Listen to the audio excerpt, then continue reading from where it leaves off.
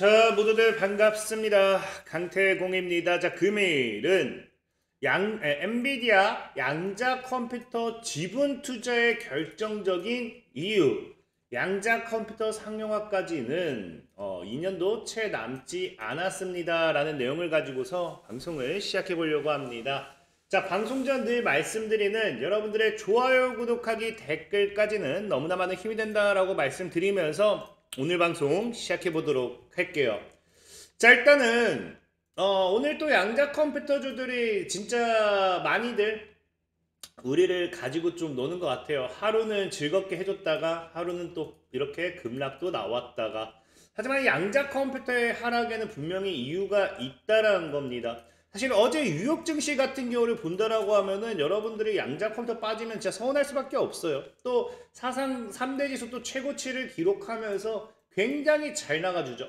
특히나 엔비디아 같은 경우는 급등도 나와줍니다. 5% 이상 상승이 나와줬고요. 그래서 뭐 보다시피 뭐 AI에 대한 기대감, 빅테크 실적에 대한 기대감 등 시장에 대한 훈풍은 굉장히 잘 불고 있습니다. 근데 제가 전에도 한번 얘기했지만 AI와 양자 컴퓨터는 절대 같이 갈 수 없고요. 빅테크 실적 시즌과 양자 컴퓨터는 절대 같이 갈 수 없다 했습니다. 일단 AI라는 기술과 양자 컴퓨터라는 기술을 본다라고 하면은 양자가 상용화되는 시점에서는 AI는 구기술이 되는 거예요. 그렇기 때문에 절대적으로 이 두 가지가 현재 시장에서 공존한다. 이거는 좀 어려운 부분이지 않나 좀 생각을 해보고 있는 거고, 다만 이게 공존할 수 있는 부분이 있습니다. 제가 뒤에도 설명드리겠지만 양자 컴퓨터가 지금 이제 엔비디아가 원하는 게 하이브리드 양자 컴퓨터죠. AI 플러스 양자 컴퓨터 개념. 그 부분에는 잠시는 공존할 수 있겠죠. 우리가 이제 내연기관 차량에서 완전 전기차 시장으로 넘어가기 직전에 하이브리드 차량이 엄청나게 급격하게 성장하는 그런 이 단계에서는 공존하는 거는 어렵지 않다. 나도 좀 볼 수 있긴 하지만 이 결국 기술적으로 봤을 때는 먼 미래에는 사실 공존이라기보다는 결국 전기차로 넘어가고 하이브리드도 없어지고 내연도 없어지겠죠. 그런 개념이고, 실적 같은 경우 오히려 빅테크 기업들은 늘 실적이 잘 나오고 있기 때문에 빅테크 기업들의 실적 시즌에는 양자 컴퓨터 오히려 빠질 수밖에 없다고 했어요. 그래서 이런 것들이 사실은 너무나 당연한 상황이었다 보고 있고, 특히나 어제 같은 경우는 이 엔비디아가 컸어요. 엔비디아가 어제 급등이 나왔는데 양자 컴퓨터 섹터들이 어제 빠졌던 결정적인 이유는 엔비디아 때문이다 라고 해도 괜찮아요. 왜? 실질적으로 보시면 아시겠지만 이미 뉴스가 나왔습니다. 뭐 때문에? 자, 엔비디아의 프레젠테이션 중 하락 직면. 제가 최근에 얘기했죠. 엔비디아가 GTC 2025 행사를 통해서 양자 관련 어떤 보도자료 발표를 할 거다라는 이야기를 제가 했어요. 그러다 보니까 여기서도 엔비디아의 GTC 워싱턴 행사 이후에 양자 컴퓨팅 부분의 잠재적인 경쟁 압력을 반영하여 하락했다. 이게 무슨 말이냐고 하면은 너무 간단하죠? 자, 지금 우리가 양자 컴퓨터에 있어서 늘 문제점과 리스크가 뭐였어요? 문제점과 리스크는 첫 번째로는 이제 양자 컴퓨터 너무 먼 미래 기술. 그러니까 이게 맨날 상용화 기대감으로만 가야 되는 거죠. 이 눈앞에 당장 우리가 보고 만지고 느낄 수 있는 그런 기술이 아니라 먼 미래에다 다가올 기술인 거예요. 그러니까 뭐가 안 따라옵니까? 뭐가 실적 매출 이런 것들이 안 따라오죠. 그래서 많은 분들이 막 얘기하는 게 이딴 기업이 지금 1000% 상승했다고 이거 그대로 폭락한다 뭐 이런 것들 맨날 듣는 소리잖아요. 그래서 지금 양자 컴퓨터 같은 경우는 미래 기술에 관련되어 있는 부분에서 실적 이런 것들이 굉장히 불확실성에 대한 이런 리스크가 존재합니다. 근데 엔비디아가 이번에 뭘 가지고서 발표하느냐? 양자 컴퓨터 발표를 해버리잖아요. 그러니까 오히려 뭐가 생겨요? 이 엔비디아 같은 경우는 일단은 얘네는 실적도 엄청나게 받쳐주는 대기업이죠, 대기업. 그러니까 굳이 내가 양자 컴퓨터에 투자를 해야 된다라고 하면은 실적도 이제 불확실하고, 이제 미래 성장성도 불확실성하고, 이런 것들에 대한 불확실성에 투자하는 게 아니라 엔비디아라는 대기업에 대해다가 투자를 해버린다라는 거죠. 그래서 그런 거예요. 상대적으로 이 대기업이라는 프레임은 우리가 무시할 수 없습니다. 우리나라에서 이제 현대차라든지 기아차, 현기차가 이제 중고 차량 플랫폼을 만들겠다라고 했을 때 왜 중고차 시장들이 반대를 해요? 너무나 당연하게 이런 대기업이라는 안전적인 프레임을 우리가 부정할 수는 없다라는 거예요.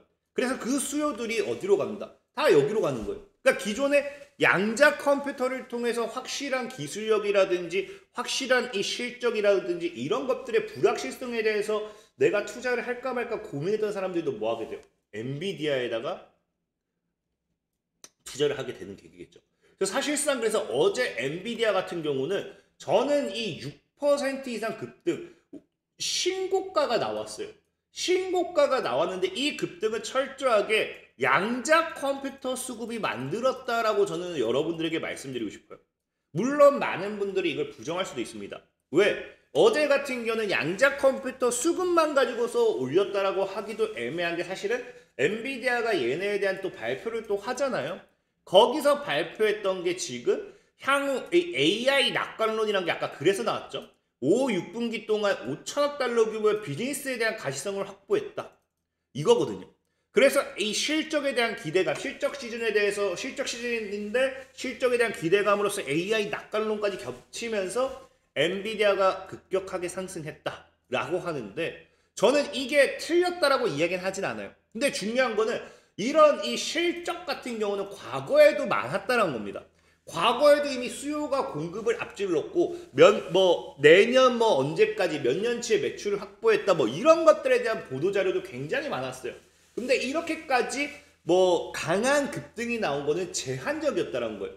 그러다 보니까 저는 엔비디아의 상승 이유는 이런 이 실적에 대한 부분보다는 이제 방금 얘기했다시피 양자에 대한 제가 아까도 얘기했죠.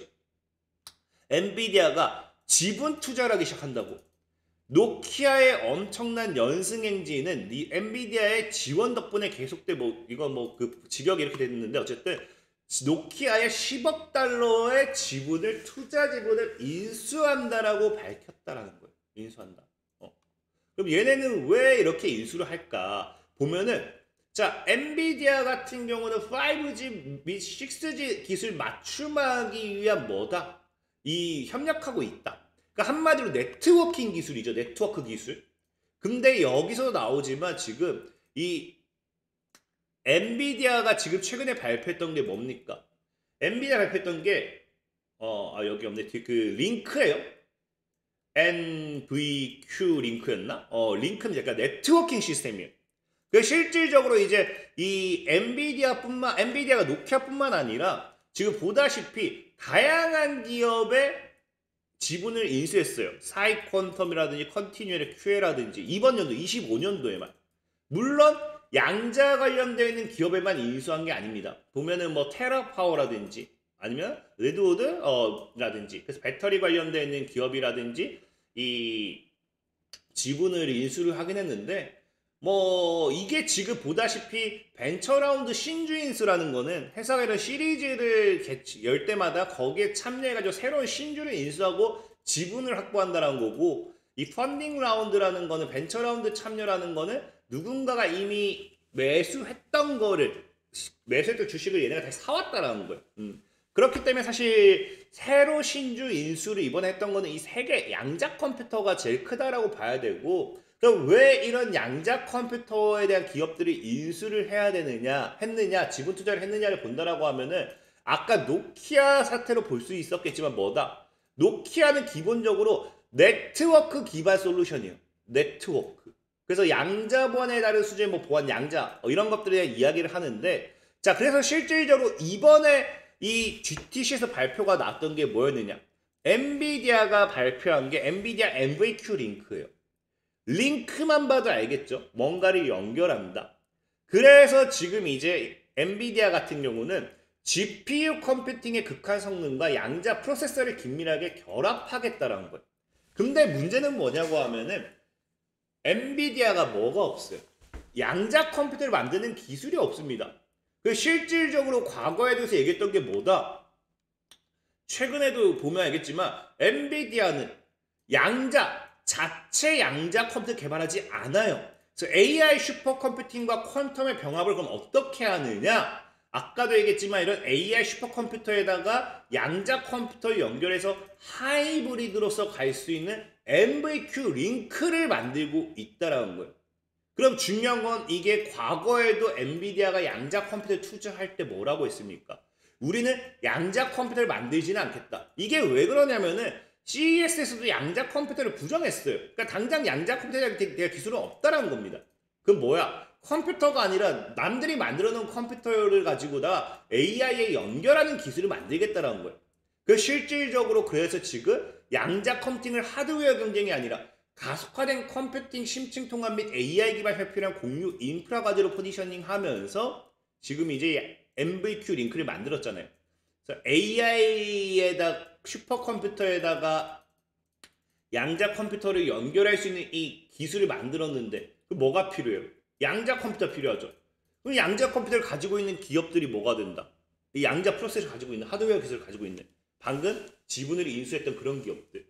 그래서 엔비디아를 통해서 이제 뭐가 다가오기 시작하느냐? 과거에도 얘기했지만 얘는 양자 컴퓨터가 아닌 연결 기술을 만들고 있기 때문에 결국에는 정말 과거부터 시장에 나왔던 하이브리드 양자컴이 조만간 등장하지 않을까를 생각을 해봐야 된다는 거예요. 하이브리드 양자 컴퓨터 근데 실질적으로 과거부터 계속해서 얘기 나왔고 실제 양자 순수 양자 컴퓨터라는 거는 굉장히 오래 걸릴 거라고 시장에서 이야기를 했어요. 그래서 지금 제가 저희도 얘기했던 게 IBM 같은 경우도 그래서 뭐합니다. 양자 중심 하이브리드 슈퍼컴퓨터를 만들고 이걸 통해서 양자 컴퓨터가 더 가속화될 거다. 오히려 이를 통해서 양자 컴퓨터의 시대는 더 빨리 다가올 거다라고 말씀을 드렸던 거죠.